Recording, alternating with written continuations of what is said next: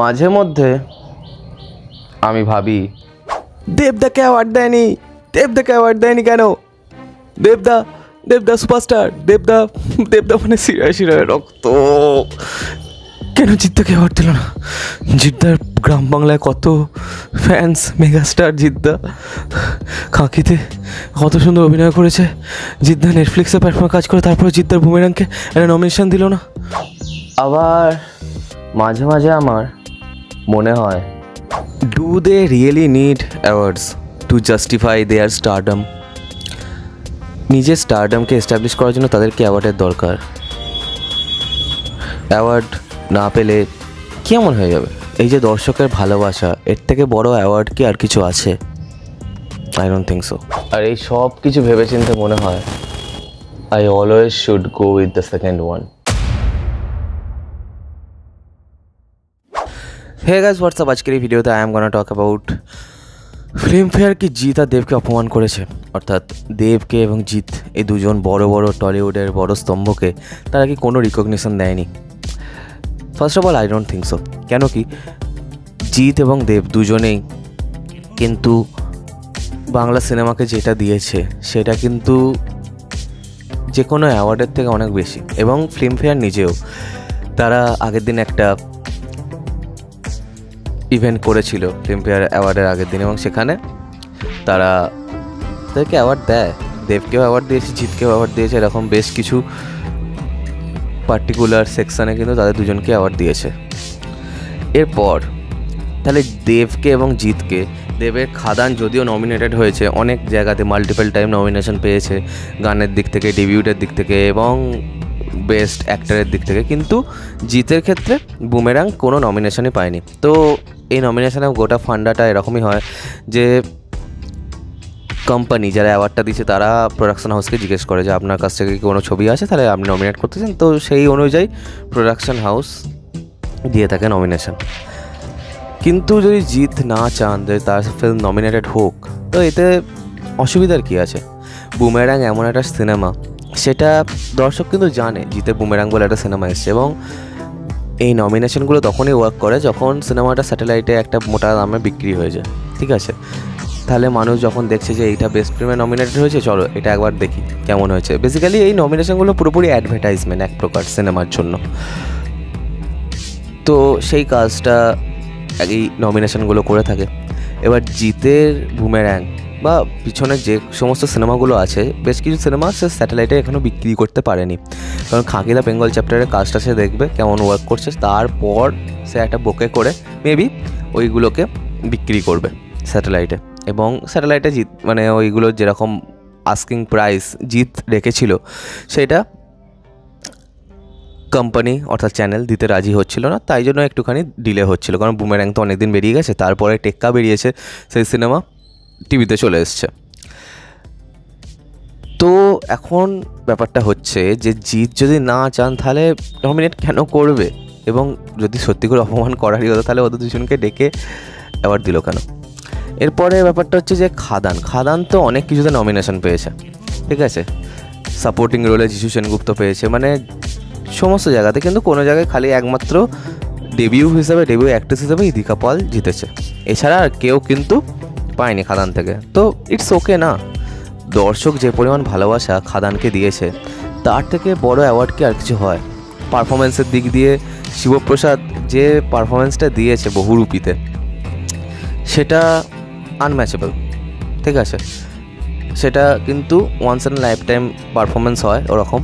এর আগে শিবপ্রসাদ যেরকম অভিনয় করেছিলেন, সে অ্যাক্সিডেন্ট সিনেমায় যে অর্কর ক্যারেক্টারটা ছিল সেখানে তার অভিনয়, এবং তারপরেই হচ্ছে বহুরূপীর যে অ্যাক্টিংটা, ওই যে অর্কর যে অ্যাক্টিংটা সেটা তো নেক্সট লেভেলই ছিল, কিন্তু দর্শক সেটা সেই সিনেমার ব্যাপারেও জানে না, এবং এখন যারা উইন্ডোজের ফ্যান হয়েছে তারাও আই থিঙ্ক জানে না।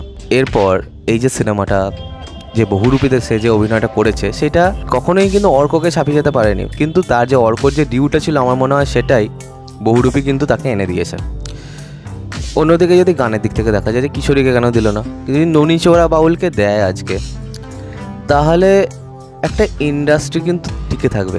ইন্ডাস্ট্রি মানে একটা আর্ট ফর্ম টিকে থাকবে, একটা বহুরূপী যে প্রথাটা সেটা কিন্তু টিকে থাকবে। নুনিছড়া বাউল আজকে one of the most demanding শিল্পী, বহুরূপী শিল্পী, যিনি বিভিন্ন জায়গায় সোর্স করছেন। তাঁদের যে গোটা আর্ট ফর্মটা, সেইটাকে তিনি কিন্তু অ্যাজ আ ডিরাইভার এগিয়ে নিয়ে যেতে পারবেন। তা এটা তো খুবই ভালো একটা ব্যাপার। মানিকবাবুর মেঘ অনেক অ্যাওয়ার্ড পেয়েছে, চন্দন সেন সেখান থেকে অ্যাওয়ার্ড পেয়েছে। চন্দন সেনের মধ্যে যদি অভিনেতা অ্যাওয়ার্ড পেয়ে থাকেন তাহলে অসুবিধা কোথায়? এই যে ফিল্মফেয়ারটা এখন দাঁড়িয়ে কিন্তু সেমি বায়াসড আছে, ঠিক আছে, আমি বলবো না যে একদমই বায়াসনেস নেই, কিন্তু একটা সময় পরে কিন্তু এটাও বায়াস হয়ে যাবে। তাই যতক্ষণ সেমি বায়াসনেসটা আছে, এনজয় দিস, এটাকে কিন্তু এনজয় করতে হবে বস। কারণ কি, এই জিনিসটা তোমরা তো আর পাবে না। এই জিনিসটা যখন ফিল্মফেয়ার দেখবে যে লোকজন বেশি দেখছে তাদের এই অ্যাওয়ার্ডটা, তখনই কিন্তু তারা বায়াসনেস চালু করে দেবে। এবং সাধারণত সমস্ত অ্যাওয়ার্ডের যারা দাবিদার তারাও হয়তো সেই ফাঁদে পাও দেবে। তো যতদিন এটা ক্লিন আছে ততদিন এটাকে এনজয় করো। মানিকবাবুর মেঘের মতো সিনেমাকে চেরিশ করো। পদাতিক বেশ কিছু অ্যাওয়ার্ডস পেয়েছে, ঠিক আছে। তো এই যে কাজগুলো, এগুলো কিন্তু চেরিশ করা উচিত। নাহলে সবই এখানে পারলেই তারা কিন্তু বহুরূপীকে দিয়েই দিতে পারতো। বহুরূপী 7টা অ্যাওয়ার্ড পেয়েছে, অনেক কিছু দিতে পারতো, কিন্তু সেটা কিন্তু হয়নি। মেকআপের জন্য সোমনাথ কুণ্ডু অ্যাওয়ার্ড পাচ্ছেন, তো it's a very good thing. Khadaan তার ডিউটা বক্স অফিস থেকে পেয়ে গেছে, কিন্তু এই বাকি সিনেমাগুলো, এবার অনেকের প্রশ্ন হবে বহুরূপীও তো পেয়েছে, কিন্তু বহুরূপীর মধ্যে যে পরিমাণ পাওয়ারফুলনেস ছিল, বা সেটা যেরকম একটা সংস্কৃতিকে ক্যাপচার করেছে, সেটা কিন্তু খাদান কি করেছে আদৌ, সেটা আমাকে দেখতে হবে। যদি বেস্ট লোকেশনের কোনো অ্যাওয়ার্ড হতো, অবভিয়াসলি খাদান পেত। যদি বেস্ট অ্যাকশনের কোনো অ্যাওয়ার্ড হতো, তাহলে খাদান পেতই পেত, ঠিক আছে। কিন্তু এবারে ফিল্মফেয়ারে সেটা কিন্তু নেই। আমরা আশা করব যে পরের বছর ফিল্মফেয়ারে যখন রঘু ডাকাত আসবে, হ্যাঁ, তখন সেটা বেস্ট অ্যাকশন, বেস্ট মেকআপ সব কিছু যেন নিয়ে নেয়। যে টেকনিক্যাল অ্যাওয়ার্ডসগুলো, সেগুলো খাদান কিন্তু পায়নি, কিন্তু নমিনেটেড হয়েছে। তো দ্যাটস এনাফ না? সবসময় এই যে বাংলা ইন্ডাস্ট্রিতে দুটো বড় বড় সিনেমা একই বছর এলো, ঠিক আছে, এটা লাস্ট কবে হয়েছিল? 220 কোটির বক্স অফিস প্রায় হয়নি। তো সেই জিনিসটাকে চেরিশ করো, যতক্ষণ আছে সেটাকে নিয়ে ভাবো একটু যে এটা হয়েছে, সে থ্যাংক ইউ। আর দেব আর জিৎ, তারা তো দুই স্তম্ভ, তাদেরকে কি অ্যাওয়ার্ড দিয়ে ডিফাইন করা যায় আদৌ? I don't think so. আমি কোনোদিনই চাইবো না যে দেব আর জিৎ কোনো বায়াসলি গিভেন অ্যাওয়ার্ডস পেয়ে থাকুক।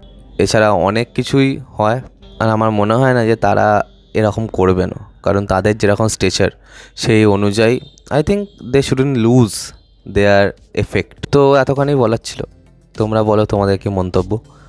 কিছু লোক এনক্যাশমেন্টের জন্য উল্টোপাল্টা ভিডিও তো বানিয়ে দেয়, এবং আমার এই ভিডিওটা অনেক আগেই বানানো উচিত ছিল। আমি কালকে বেশ কিছু এরকম ভিডিও ভিজিট করছিলাম যেখানে পুরোপুরি ফালতু কথা বলা হচ্ছিলো।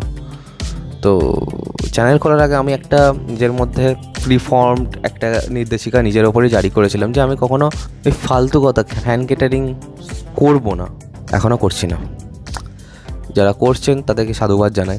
তো চলো, আজকের মতো ভিডিওটা এখানে শেষ করলাম। কমেন্ট করে তোমরা জানাও যে তোমাদের কী মন্তব্য এই ব্যাপারটাকে নিয়ে, আর সাবস্ক্রাইবটা প্লিজ করে দাও, আমার সাথে তোমাদের আবার দেখা হয়। Bye bye.